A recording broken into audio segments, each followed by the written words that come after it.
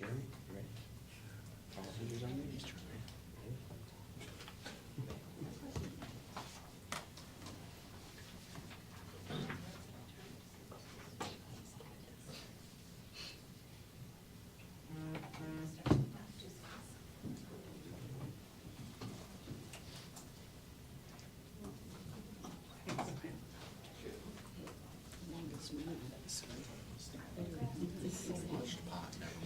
I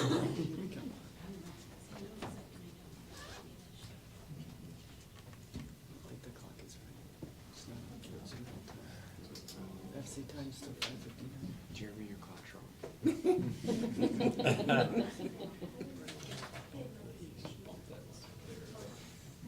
Right.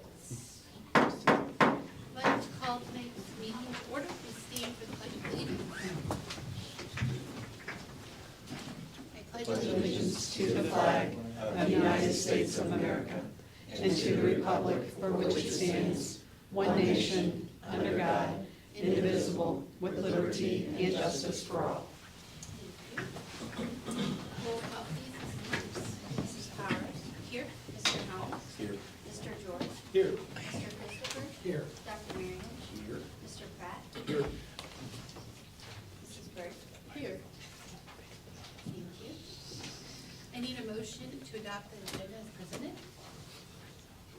Mr. George, second, please.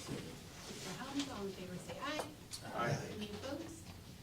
All right, next we have comments from the public. We have one tonight. I'll just remind you to please keep it to 3 minutes or under. We have Mr. Arnie A.C. Dino.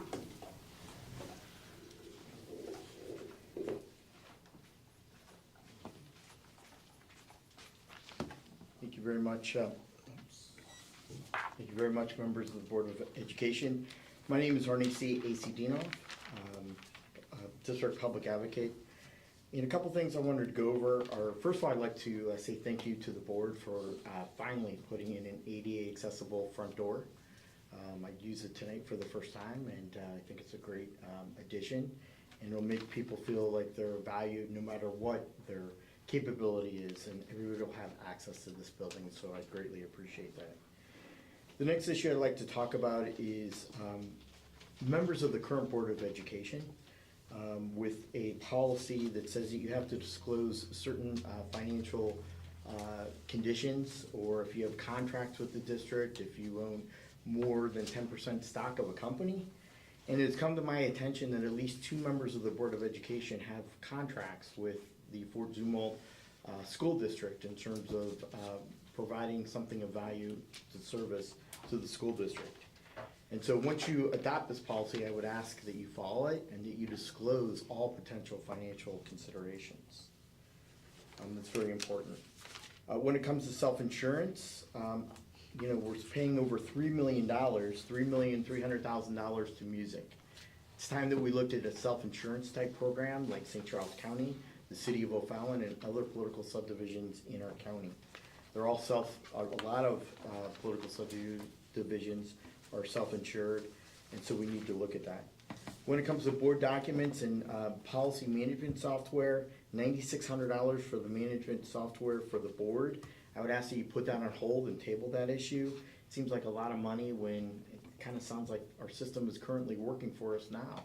I'm not sure if we have any quirks or any problems with it. Sometimes it is hard to access, but overall it's a pretty good system.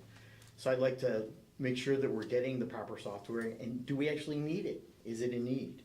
And when it comes to the policy service for the Missouri School Boards Association, why pay an additional $6,500 when we already pay a huge annual fee to that organization? You would think that'd be part of their membership. When it comes to the elevator contract for $15,000 and the new air conditioning at the various schools, they're very simple, just the bid calculations. Where's the fiducial responsibility of the school board? And where are the contracts? Where are all the nuts and bolts?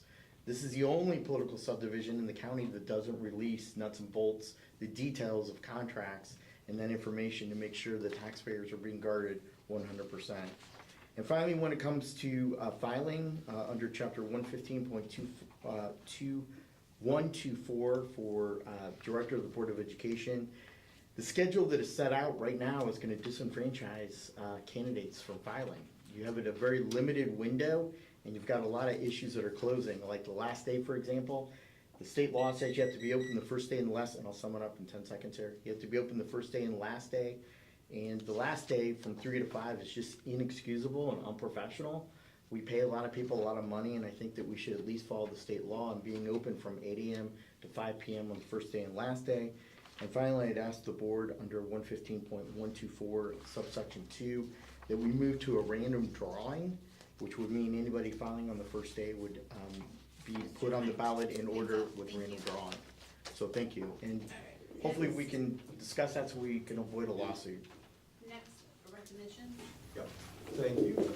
Only item of recognition tonight is our boardroom art displays. Just want to point out the schools listed are demonstrating tonight are Osmond Elementary, Hawthorne, St. Peter's, and Lewis and Clark Elementary students who put the art together for tonight. All right, next we have our consent agenda. I need a motion to approve the consent agenda as presented in front of you. Mr. Helms, second please. Mr. Christopher, all in favor say aye. Aye. Any opposed? All right. Next we have financial reports. Good evening, members of the board. I direct your attention to the monthly financial summary to pull together the financial statement, the investment schedule, revenue expenditure reports. For the month of October, balances totaled $94,651,228.76. Of that balance, $2.8 million was reserved for student activities, $6 million for food services, $16.2 million was for debt service, $40.4 million was left in capital projects from bond proceeds, leaving $29.3 million in operating balances in the general and teacher funds. At month end, $101.9 million was invested as shown on the investment schedule. Compared to last year at this time, balances have decreased by $5.1 million. This is driven down by bond balances, which have declined by $19 million on all the projects that we promised our taxpayers, and we've spent that money down. While operating balances have actually increased by $10.3 million, which is a good thing. Monthly revenues for October totaled $11,632,323.36 as shown on the revenue report. This is almost identical to last October. For the month, local revenues totaled $4.6 million, state revenues $5.9 million, and federal revenues totaled $1.1 million. This is in line with what we would expect to be.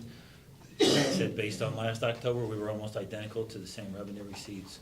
Year-to-date revenues are up, though, compared by year-to-date at this time by $2.5 million. This increase was driven up by an uptick in both local and state receipts and offset by a decrease in federal revenue.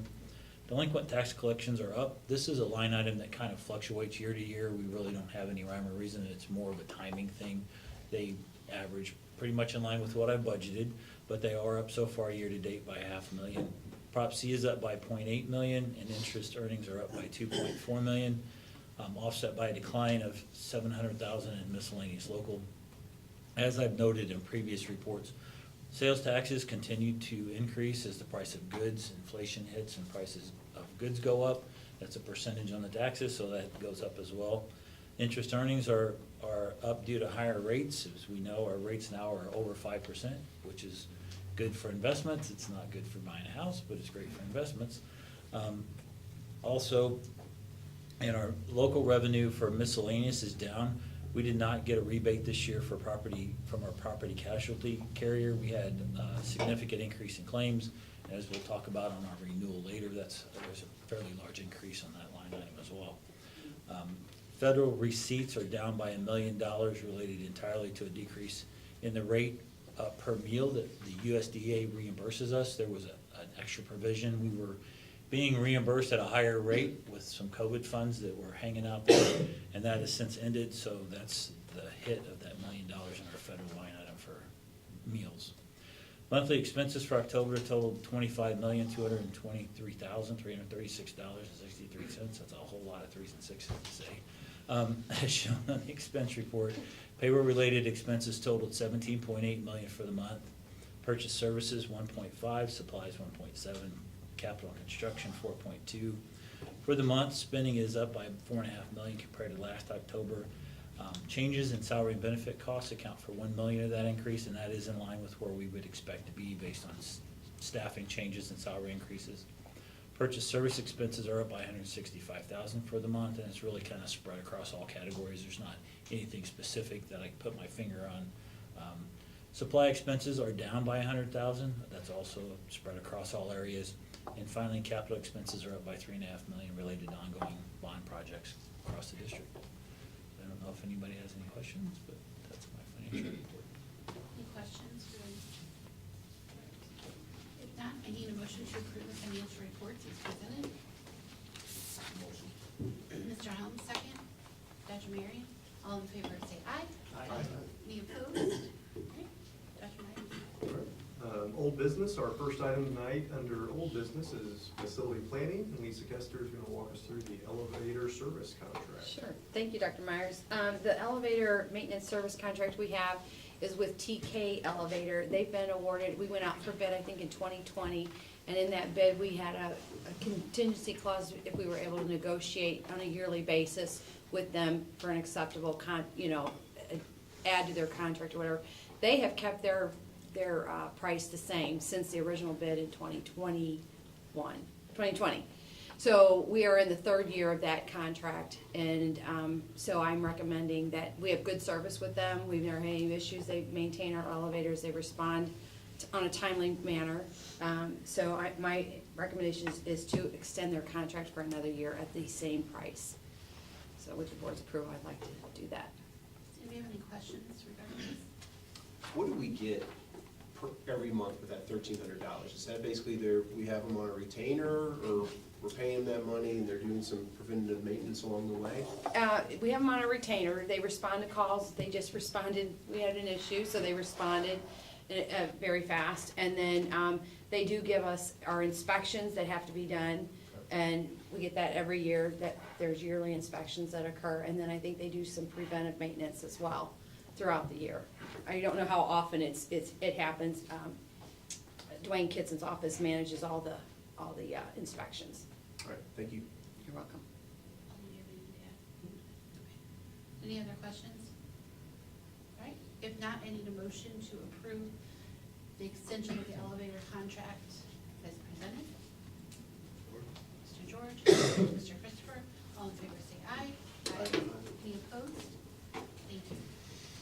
Second item, we've discussed previously the HVAC bid packages that we went out for following approval of what we're wanting to do at our elementary schools. Just as a reminder, we look to accelerate this a little bit, especially after the heat we had this year. So this was a bid package that covers 4 schools, as have been outlined previously. And Lisa's going to walk you through the bid process itself, but I think we're very pleased with the outcome so far. Based on these figures, and Lisa, if you want to walk through. Yep, thank you very much, Dr. Myers. We did put this out for bid for 4 schools. The bids were due on Tuesday, November 14th at 3 o'clock here. We did get 3 bidders to bid on the project. At each school, we are getting rid of, for sure, all the unit ventilators in the classrooms. And we are identified like small PTAC units that are in offices, and then some split systems that were just obsolete and needed to be replaced. So I would say the majority of schools are getting almost every piece replaced. There might be some minor pieces, but we are doing major renovations at all 4 schools. We did lump this into 3 bid packages. Hawthorne was one, Lewis and Clark and St. Peter's was another one, and then Twin Chimneys was our 3rd bid package. So we put them out that way. It's a lot of work to get done. We knew it was gonna take more than one contractor to do all 4 schools. FSG, who is our engineer of record, they gave us a project estimate of about $8.9 million. That's what they thought it was gonna cost. When we got bids on last week, Tuesday, the bids came in, and Integrate Facility Services, IFS, as they're known to most of us, and sheet metal contractors were the low bidders with a total cost of $7,632,258. And that includes accepting alternate bid 2 on bid package 1 and 2. So we added some existing equipment that was up on the cusp that we thought might need to be replaced. Both contractors did the summer projects this year. They did a fantastic job. We're still working up some of the final stuff that we need, but they had us in school with air conditioning, at the start of school. So, you know, there's some background work that we're still working on. So at this time, I would like to recommend awarding a contract to those two contractors for this next summer's project. I think I give the amounts on the second page. So bid package one would go to IFS for amount of $1,870,800. I don't know if you want to take these individually or, okay. So that would be for Hawthorne Elementary. IFS would do that one. Alright, I need a motion to approve the bid presented for IFS with Hawthorne Elementary. Mr. Christopher, second. Second. Mr. Pratt, all in favor say aye. Aye. Opposed? Alright, The second one would be bid package two for Lewis and Clark in St. Peters. That project total cost was $3,751,000. and Twin Chimneys, right? No, they're gonna be IFS again, so they'll get another contract. Just for clarity, we brought those two together, obviously, because they're in the same building, so structurally, Right. that makes Gotcha. more sense to do that Right. in one package. I was thinking that way. Okay, so we need a motion to approve. Motion. The second bid as was presented. Oh, sorry. Mr. Helms, Sorry. second. Ms. Byrd, all in favor say aye. Aye. Any opposed? Alright, thank you. And then the third bid package would be the Twin Chimneys to sheet metal contractors for $2,010,458. So I need a motion to approve sheet metal contractors for Twin Chimneys. Mr. Christopher, second. Mr. George, all in favor say aye. Aye. Any opposed? Alright, Thank you. Thank you, Lisa. new business? Business, our first item is Jeff's gonna walk us through the institutional insurance renewal premium. Jeff, if you don't mind, just explaining a little bit what music does for us, give a little context, I know that's in the So, information as well. Music is the Missouri United School Insurance Council. It was established in 1985 for the sole purpose of providing broad property casualty coverages to school districts.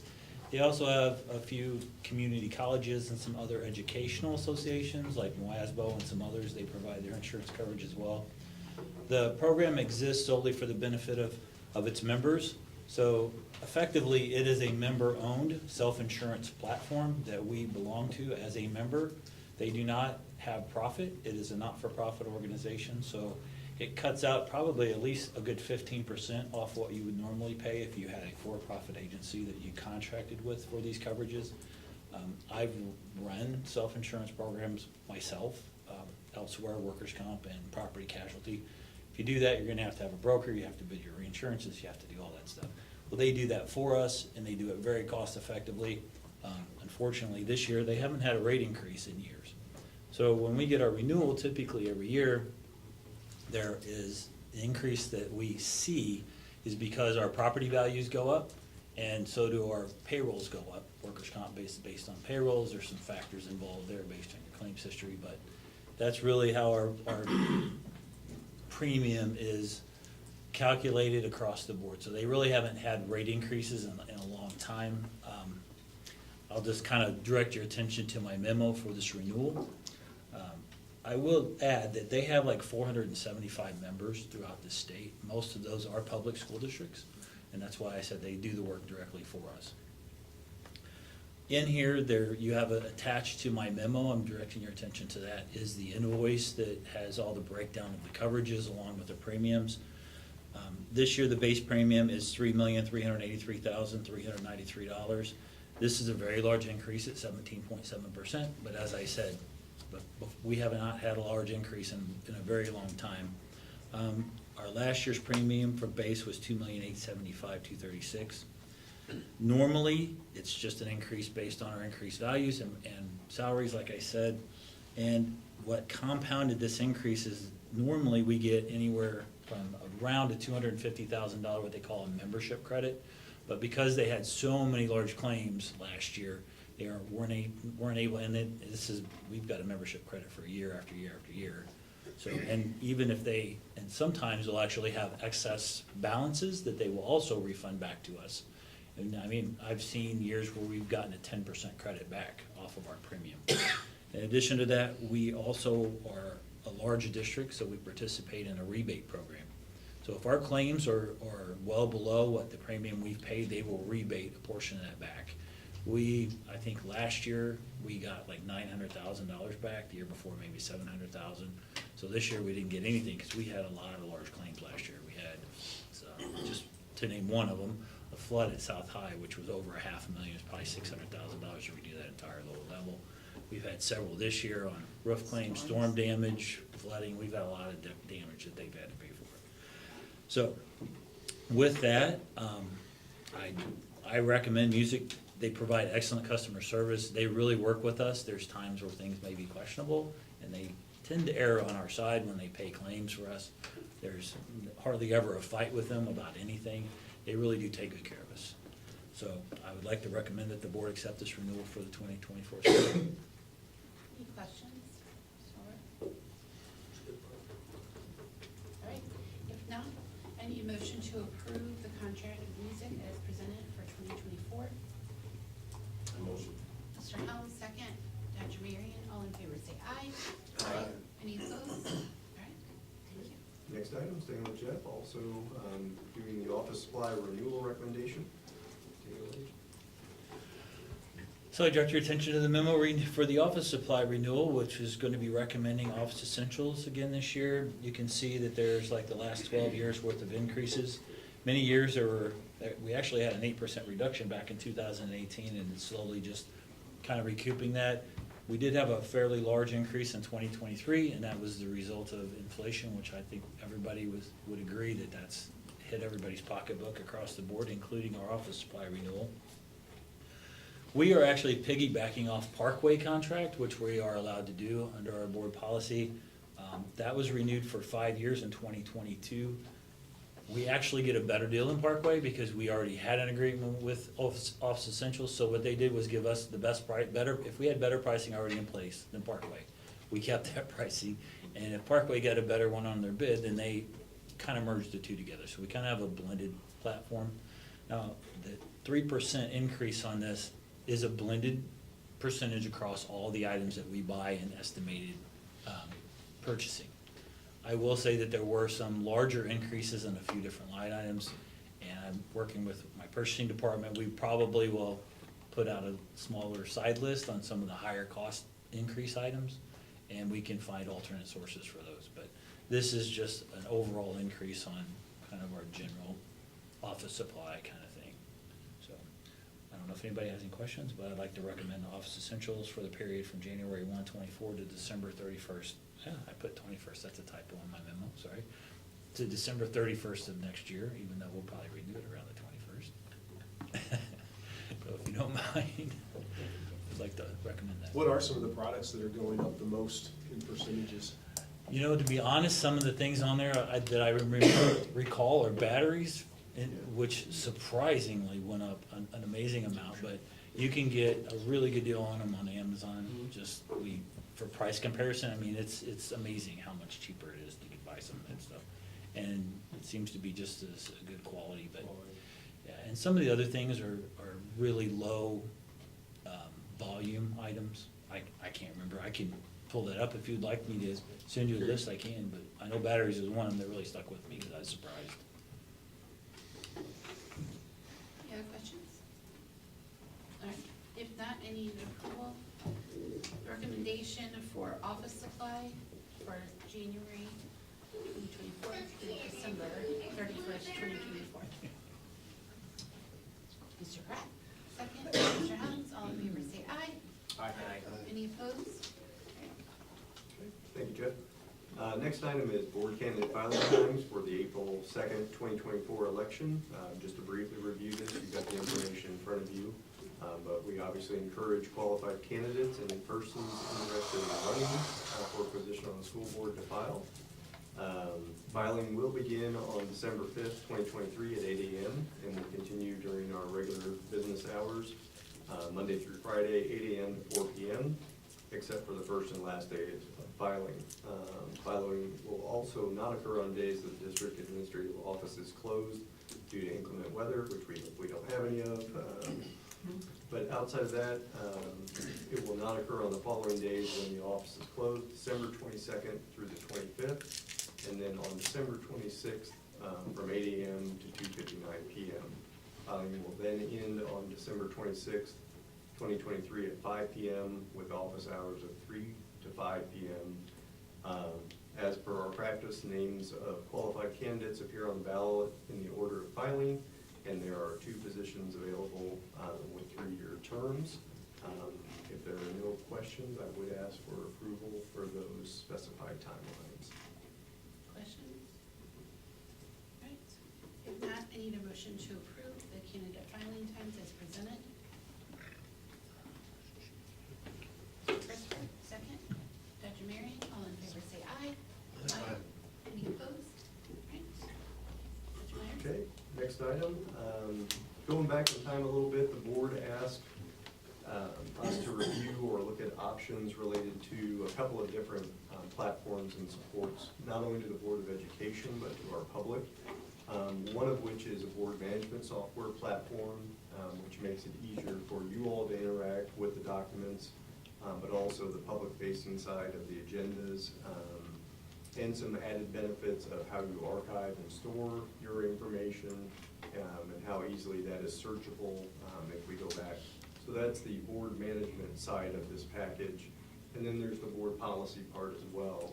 A lot of similar benefits when we talk about the options or benefits related to why you would go to a policy management system. Right now, we use MSBA's most basic system, which is essentially they give you a Word document and you do the translation, you bring it over. There are areas within it that make it subject to errors if you're not extremely careful. Jeremy's office works on that with Nancy Coleman. Prior to being in this position, I worked over that part of policy development for 7 years. It is a management challenge, but it's one that we've done and done successfully to this point. So after the board kind of made some requests that we look at this, appreciate Jamie Marks as the board secretary, spent some time exploring the platforms. She participated in numerous webinars, which are always exciting, even more so related to board policy. But she was able to go through those, compile a list of options, and that's kind of how we've arrived at today. So the package that we are recommending accomplishes both of those tasks. It would create those benefits user-friendly and accessible, easier to search for items. That part alone for members of the public and their ability to go in and identify by keyword searching which areas of our policy they're trying to find. I know for our staff, even in going through it, keyword searching is not really feasible in our current platform because it's just hosted in Google Docs. Outside of that, secure storage long-term with third-party backup storage, which is a good system to have in place for your long-term documentations as the school board. Looking at the bids, you can see the figures presented in the 2 different quotes. Those 2 annual costs there combined, $9,600 for the board management, $6,500 for the policy service. Just want to note that on top of that is an additional one-time fee of $31,000. What that involves is MSBA working through with their attorneys and their staff to do a top-to-bottom review of our current entire policy packet. Again, one time. And within that, the annual cost of $6,500 is included in the first year. So net cost first year would be the $31,000 plus the $9,600, and a recurring annual cost as specified in the memo. This is not a have-to. This is an item that would introduce some things that I think are much more beneficial to the board and the public. That's kind of the full picture and scope of it. And when we landed on these 2 options, these are the most commonly used in our region. Certainly the policy service itself is kind of tied in with our program as well. Having done this for the past 7 years and knowing what's involved, I would recommend this as appropriate. Very typical and common for districts our size and probably districts half or a third of our size. So that would be my recommendation, but I am open to questions as well. I just have a couple of comments. I think on I'm especially, I think I turned it off, I'm especially excited about the board management system. And I don't know, you know, if you've had one, you know the difference. If you haven't, I can understand people's reservation, because you don't really know. But it is going to make things so much easier. And I'm one of those people that ask you about it, I'm sure, because it just, you know, when I try to look up something, okay, when did we pass this? You just really can't do it currently. Well, how's that very transparent? I'm gonna tell you, when you get a board management system, everything is there for anybody who wants to see it. Somebody asks you at a board meeting, well, what meeting was that passed? I can tell you in about 30 seconds or less. And anybody can do that at home. The workflow from everybody gathering the materials and putting them in there for the meeting, again, is consistent from your management. So I don't think there's any doubt that we're behind the times in that, and I appreciate you taking the time to do that. I think once it's in and we start using it and people start recognizing how much easier it is to navigate and see what's going on, it'd be hard for anybody to argue against it. So I appreciate it. How would someone from the public be using this? And what would they be searching for? And tell me how it makes it easier. Sure, quick, most obvious example off the top of my head. If you're a parent and you have a concern, say, about bullying issues in the school, you can go into this platform. We have different tools that get to that, but in this one, if you wanted to see our bullying policy, you could keyword bullying and find it. Or if you wanted to get into issues about the school discipline code and see JG or JGR, you could search those school discipline codes. So keyword searching is probably the most user-friendly one for parents. Probably less so the board agendas and those items themselves, but that side and being able to go in and see what's the grading policy for middle school, and I could search by that and pull up that document. It's very difficult to navigate that in our system right now. And I can say I was a parent that attempted to look up policies, and it was very difficult to get through them. Would the public also be able to access the board historic stuff? Because I was also that parent that looked up, when did you pass this? I've tried to do it as a board member. I get asked questions and I should be able to get that answer. And I really can't figure it out. And in this day and age, that's really not. I had to go through You and should open be able each to, agenda item, without or bothering each agenda, everybody. and then find when was it on the agenda, and then if I couldn't find it in there, then I would go to the YouTube video, thankfully we have, but They'll be yeah, able to get in we and search and do need, that. I do think it's a You need. can quickly look up who was president, who voted on what, when something was passed, you don't remember, oh, what's in the bond issue, boom, you can look that up. I mean, it's just so user-friendly compared to, you just really can't do it now. So, those people that really want to dig in and see what's going on, it's very labor-intensive, and you just can't do it. And it's frustrating. And it's frustrating, and And like, for us, even as a board member, it's been it's frustrating to me, frustrating. Yes. you know? I I don't 100% have agree. to call Paul or one of these folks Or go every back time and old there's a emails question, and be like, you when know? was this? And search old emails by keywords. And they're like, yeah, that I have don't search. Search the keyword, Yes. the email for the Yes, keyword and instead that's of what our we're having Yeah, policies. I mean, it's just, and this, it's so robust. And once we get good at using it, you know, you can tie every agenda item can be tied to a CSIP goal. You know, I mean, you can, when you really get good at it, you can really begin to, there's a lot of power to it. Just the education portion alone and being able to be updated on things and look things up so easily. The workflow part. And And things like policy, you know, that's like the most important thing we do. We don't want to take a chance that it's not right. So, you know, we spend a lot of money on a lot of things. But, you know, as board, as a governing body, I mean, policy is it, you know, that and hiring a superintendent. It's our main jobs, okay? So, we want to make sure that's done right. And this changes so much and so often.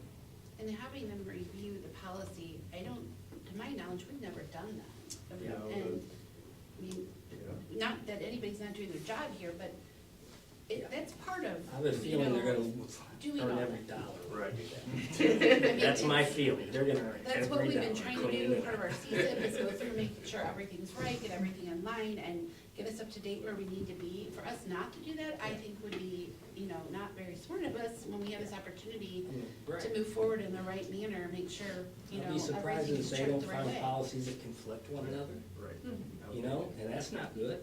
I'll, I'd bet $100 on that. Nobody shake my hand on that. So, those, they just have the power to do that, that we don't, and none of you do. So let's take advantage of it. It's what they do, it's their job. Is this gonna simply be a link from our main district website, or is this gonna be a whole new, what are we gonna call the platform? It'll come over. Typically, I can't remember right now if it's branded as simply on the other platforms that use it in the district, but you will go in, it will look front-facing like for Zumwalt, board policies. You go under it, it's tabbed items, and it takes you either, if you're going to the agenda, it'll take you to that agenda, breaks it down individually. If you go into policy, it will list them out and then have a search option. Does anybody have any other questions? Sounds like it boosts transparency, if I'm not mistaken. No doubt. 100%. If there aren't any other questions, I need a motion to approve the board document and policy software recommended. Move to approve. Dr. Marion, second. Mr. Helms, all in favor say aye. Aye. Any opposed? Dr. Myers? Thank you. Just real quickly, I also do want to appreciate Jamie put a lot of work into that, did the heavy lifting, so appreciate you spending the time doing that. The last item on the new business is a transportation and mechanic pay schedule. Jeremy's going to walk us through the recommendation and the rationale for the need. This is a very small department in our district and a very critical one that we've attempted to do some things with. So Jeremy's going to walk that through for us. Go ahead, Jeremy. Thank you, Dr. Myers. Ladies and gentlemen of the board, you have a memo in the agenda. Really, what it is kind of spelling out two things. Initially, the proposal is to increase the entry-level wage. And if you notice within the memo, this was done last April. Actually, I'll go back just a little bit further. For some of you, may have about a year ago in August, we recognized a full group of mechanics, bus mechanics up here for 20 years of consecutive years of safety excellence, which to the likes had never been done in the state of Missouri. With a fleet our size, 171 buses that they maintain, pretty remarkable feat by the mechanics. And here we are in November, and we have either through some retirements and a couple of gentlemen moving on into some other positions, we really were depleted. And in trying to fulfill those mechanic positions, it has been very much a challenge. Even at the wage adjustment that we did in April, we went down to, typically we will have 6 positions that are filled. We have a lead mechanic, Rich Gouch, been with us close to 30 years. Rich does an outstanding job with that group and maintaining the bus leases and those. It is a little bit of a work of skill and magic at times to do that. And so when we did the adjustment of the 2675 in the spring, we had a little bit of traffic this summer with that. But in working with Jeff Schwecker and Aaron Williams, we still realized that where we were, some of it was a little bit of our own compression, especially in those early years on that pay scale.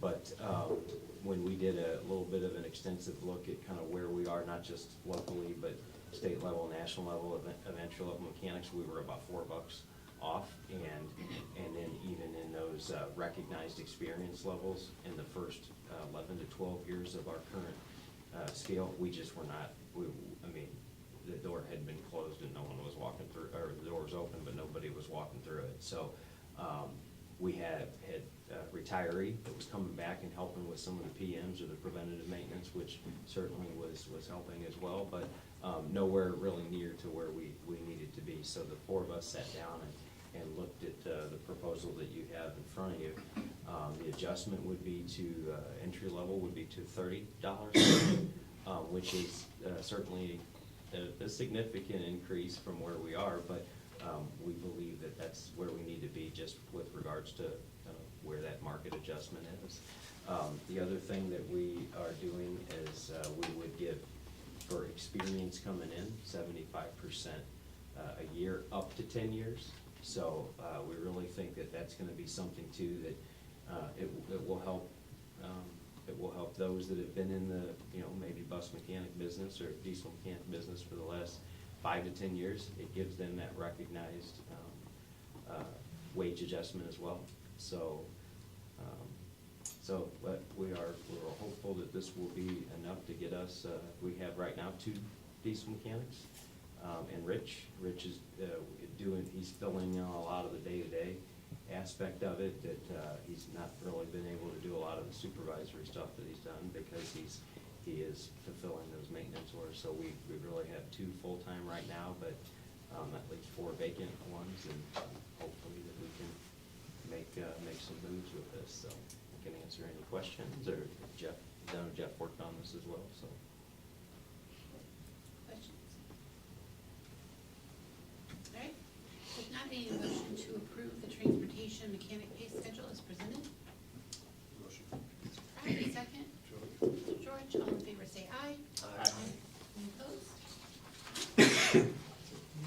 All right. Next, we have our comments from the Board of Education. I will start with you, Dr. Marion. Thank you. Like I said, I appreciate the work, especially Jamie and Paul and everybody made on those 2 things. I think it's going to turn out to be great for our public. They may not know it yet, but I think it's going to turn out to be a positive thing for us all. Also want to recognize we had this year, the class of 2024 has 7 national merit semifinalists among the top 1% of seniors in the nation, so that's a pretty big honor. We have 12 commended scholars, which is among the top 5% of seniors, so I think we want to give all of our national merit semifinalists and our commended scholars a big hand. I want to do a shout out to East High teacher Kate Wilkinson. She's been recognized as outstanding theater educator by the Missouri Thespians. And she's also named an International Thespian Society Inspirational Theater Educator. And you have to get that all in one plaque. So that's really impressive. It's a big plaque. Other than that, I just want to say happy Thanksgiving. And thank you for all the hard work that you do. Mr. George? I'll echo Dr. Marion's thoughts on having a happy holiday. I've got one here. I'd like to recognize JL Mudd technology teacher Abigail Hawkins is the 2023 Fort Zumwalt School District Educator of the Year. She recently was named among the 2023 recipients of the Emerson Excellence in Teaching Award. The Emerson program recognizes St. Louis area instructors selected by their school's administrators for their accomplishments and dedication to their students and the teaching profession. I'd also like to thank everybody, all the staff and paras and support staff for all their hard work so far this year. Without it, you can't go anywhere. A good job, I think, so far this year. We made it to Thanksgiving at least. And one last thing, always try to be kind to each other. You never know what somebody's going through. Sure. That's all I've got. As always, thanks for the hard work, teachers and district office and everything that people do to make this such a great district. It's proud to be a part of it. Happy Thanksgiving to everybody. I think it's an important time that you gather and be with family and friends and take advantage of that, because sometimes in today's world that's hard. So I do want to talk about a young lady. We had the South High graduate that was elected to the Missouri State Hall of Fame yesterday, Kahela Collier, Division I basketball recruit, played at a couple different colleges, took over as owner of 2-time champion St. Louis Surge basketball team at age 23. So she's moved herself up the ranks of basketball, and she is currently serving, and you guys may have seen her and heard about this, but she is now the president and chief of staff for the Dallas Mavericks. Wow. So that's pretty impressive, and proud to have her as a South High grad.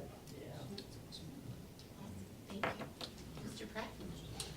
Sure, so as we just voted on increasing the wages for our diesel mechanics, I know we've been voting on increasing wages for teachers, support staff, and I know it's been working, and I certainly hope this works as well. But for that new staff, thank you, welcome to Fort Zumwalt.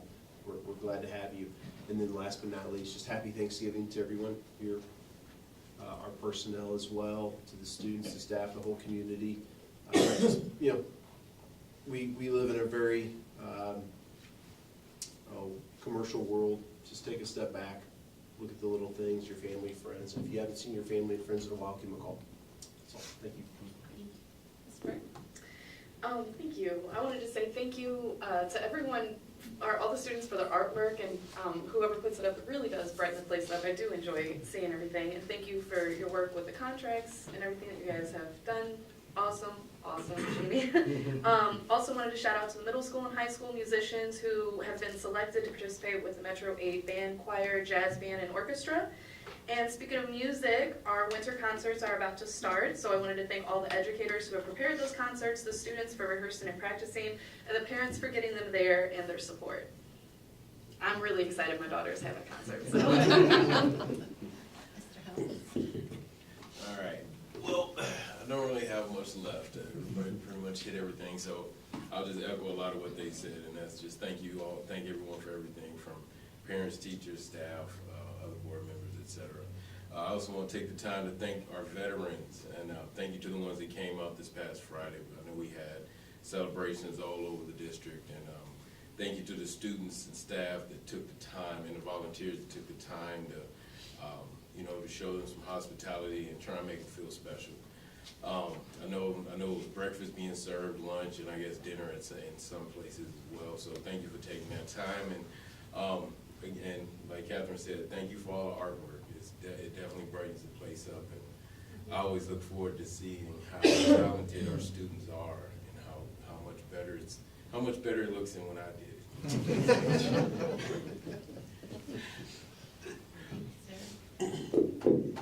All right.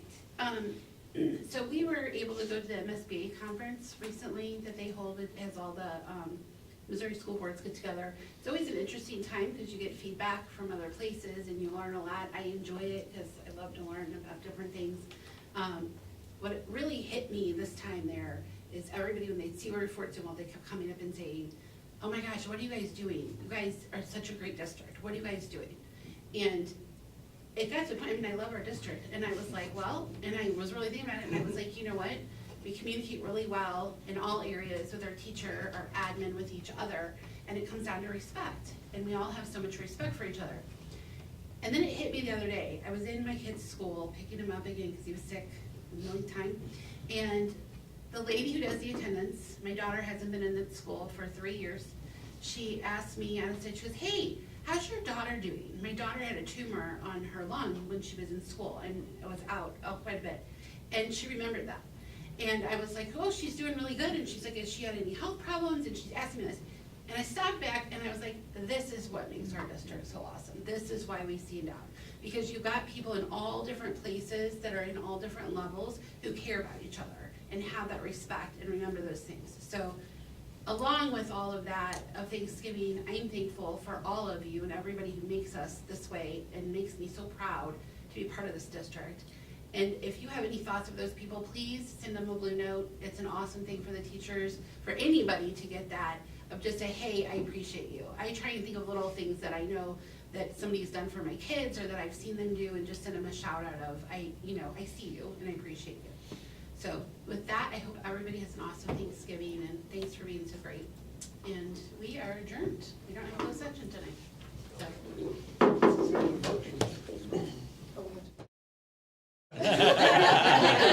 She's like, I'm done. It was dropping All right, Mr. Helms, all in favor? Aye.